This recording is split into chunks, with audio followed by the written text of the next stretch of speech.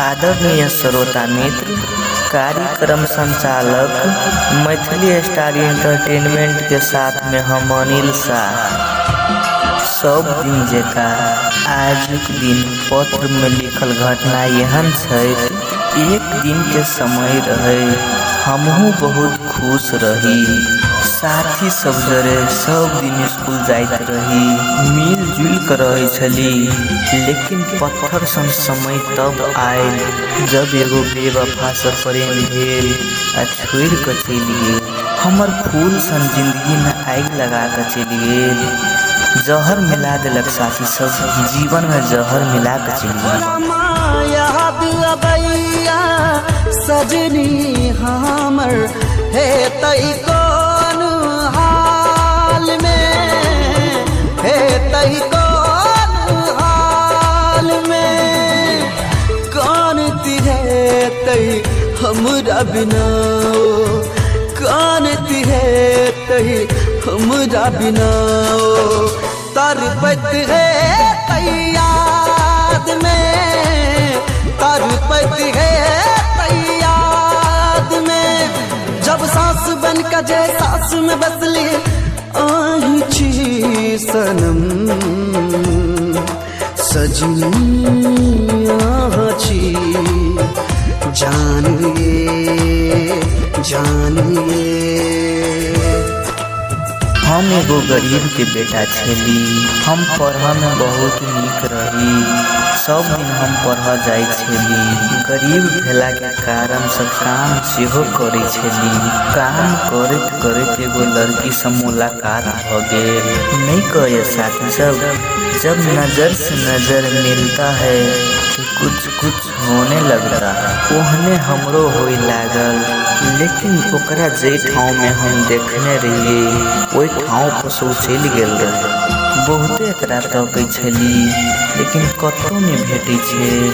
बहुते इंतजार केली लेकिन कहियो नहीं ओकरा देखली। हमरा नहीं विश्वास होइ छल कि वो हमरा जिंदगी में कहियो भेटत। लेकिन एक दिन के समय रहे, हम जनकपुर कोनो काम से गेल रही। जनकपुरे में ओकरा अचानक हम देखली। तब हम दोनों जना साइड में जाकर बात केली।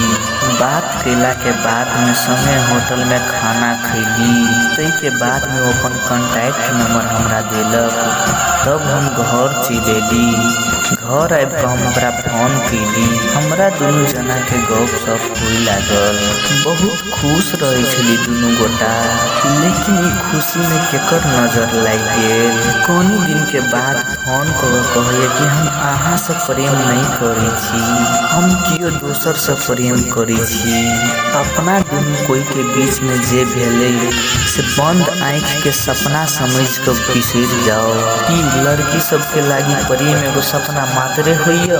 नहीं साथी सब, लड़की सब तो प्रेम के मजाक बना देने हम। लड़का पूरा दुनिया से अहाँ से प्यार केली। गलती ई केली कि अहाँ से एतबार केली। अहाँ के फूल समझली गर्दन सजावेला, लेकिन जिंदगी जहर बना देली हमरा उजारे।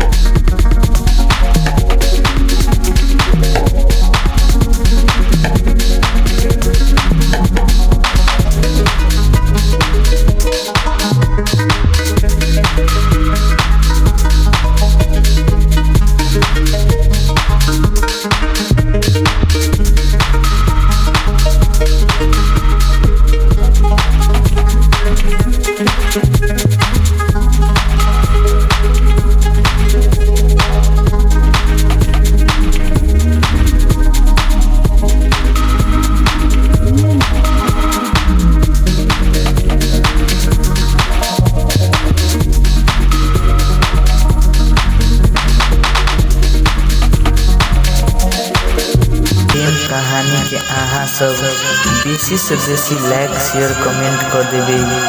मैथिली स्टार इंटरटेनमेंट चैनल के सब्सक्राइब कर बेल आइकन सेहो दबा देवे। हम अहाँ सबके लागी सब हम नया नया प्रेम कहानी लगाए, जिंदगी में घटल घटना सब लगाए। देख लगे चैनल के सब्सक्राइब कर दियो। अहाँ सब साथी सबके धन्यवाद। इस चैनल पर प्रेम कहानी सुन दिया के लागी।